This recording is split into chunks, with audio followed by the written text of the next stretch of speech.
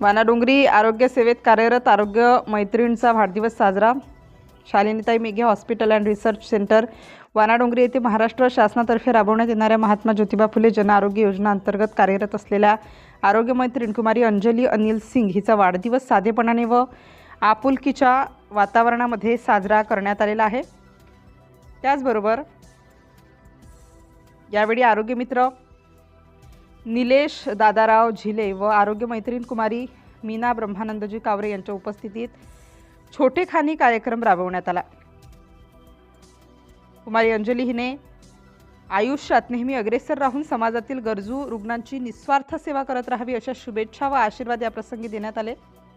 या कार्यक्रमात सेवानिवृत्त पोलीस कर्मचारी रमेशराव कंधेरे यांची प्रमुख उपस्थिती होती।